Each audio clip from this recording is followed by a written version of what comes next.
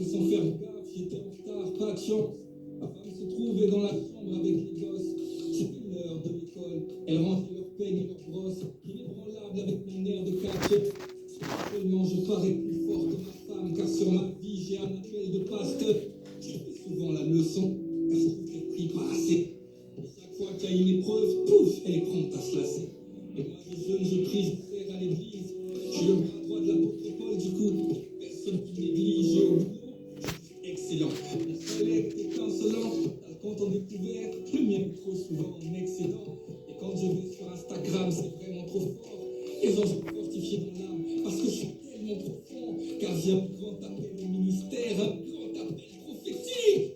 Il y a ceux qui manquent de discernement, qui sont trop sceptiques. Mais peu importe la famille, chacun sa grâce, car Dieu élève qui il veut. En tout cas, je sais ce que je veux, et faire son œuvre, c'est ce que je veux. J'ai un appel des nations. Je dois voyager dans le monde entier et faire toutes sortes de bonnes actions. L'humilité, ça me caractérise. Car quand j'arrive quelque part, moi j'ai tout petit doute au fond de l'église. Mais dans mon cœur, je sais que je les dépasse tous. Et si jamais ils me donnent le micro, ils verront que je les déclasse tous. Dans ma vie, j'ai pu avoir ce que je veux. Il n'y a que ma femme qui est pas à la gloire de Dieu. Écoute, ça fait partie du package, c'est l'institution. De toute façon, avec la gloire, mais il y a les persécutions. Ce jour-là, je lui ai dit dépêche-toi, car on va être en retard. Elle me répond t'inquiète pas, chérie, je suis sur le départ. Je fais dans la bouche pour ajuster une dernière fois mes contours.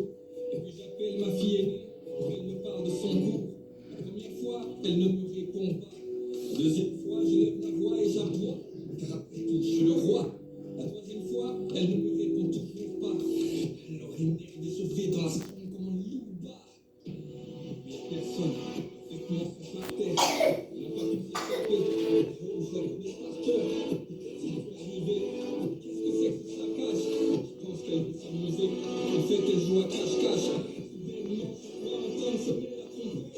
J'enlève le monde, tout le monde qui se met à résonner dans ma tête.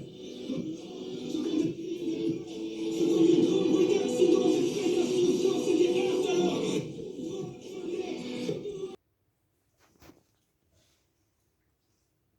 Cette nouvelle maman, je me dis que c'est sûrement un rêve. Il faut que je me réveille.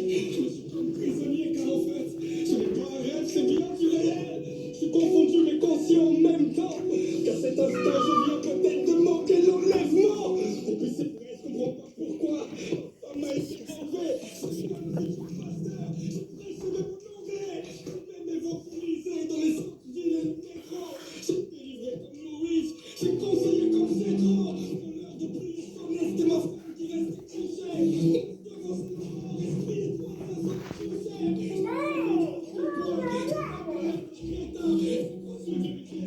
J'ai appelé des amis chrétiens.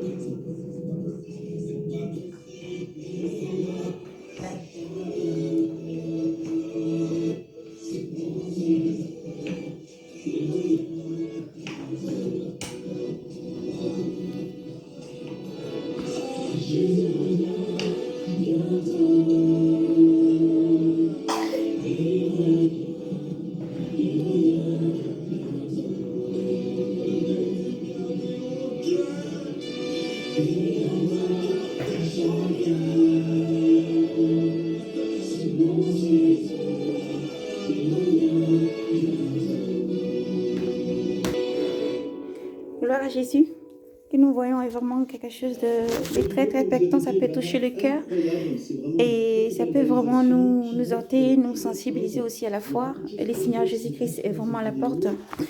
Il est vraiment à la porte, il est vraiment à la porte. Donc, frères et sœurs, préparez-vous vraiment, préparez-vous. Nous allons revenir vers vous, vous libérer aussi une belle vision que le Seigneur nous a montrée. Avant ça, on va prendre un petit peu de temps encore pour bien mettre tout en œuvre et pousser par l'Esprit, toujours comme on dit. On ne fait pas vraiment de nous-mêmes, mais on attend d'être poussé vraiment que l'Esprit, le Saint-Esprit conduise toutes choses. Et nous pouvons vraiment demander à nos frères et sœurs, c'est de veiller et de beaucoup prier, de méditer, de se sanctifier et d'attendre tous les jours, de garder la foi et de persévérer. Alors soyez abondamment bénis, frères et sœurs. Nous partageons vraiment une petite vidéo sur la chaîne d'un frère, Trouver la foi. Voilà, Trouver la foi, c'est sa chaîne à lui, qui exhorte beaucoup et qui parle aussi de la réalité des choses. Et vraiment, nous invitons, frères et sœurs, à demeurer. L'arrivée du Seigneur est imminent. C'est imminent, en fait. On le sent au fond de nous. C'est imminent. L'enlèvement, il va avoir lieu, mais d'un coup, en fait. Et c'est imminent. Il faut qu'on garde nos cœurs. Il faut tous nous garder nos cœurs. Il faut continuer à prier, à méditer et surtout ne pas baisser les bras. Alors, soyez bénis, soyez couverts du sang de Jésus-Christ. Soyez bénis et soyez vraiment toujours dans l'humilité. Alors, soyez bénis, frères et sœurs en Christ. Nous vous bénissons dans le nom du Seigneur Jésus-Christ et on vous dit à bientôt. Soyez bénis. Shalom.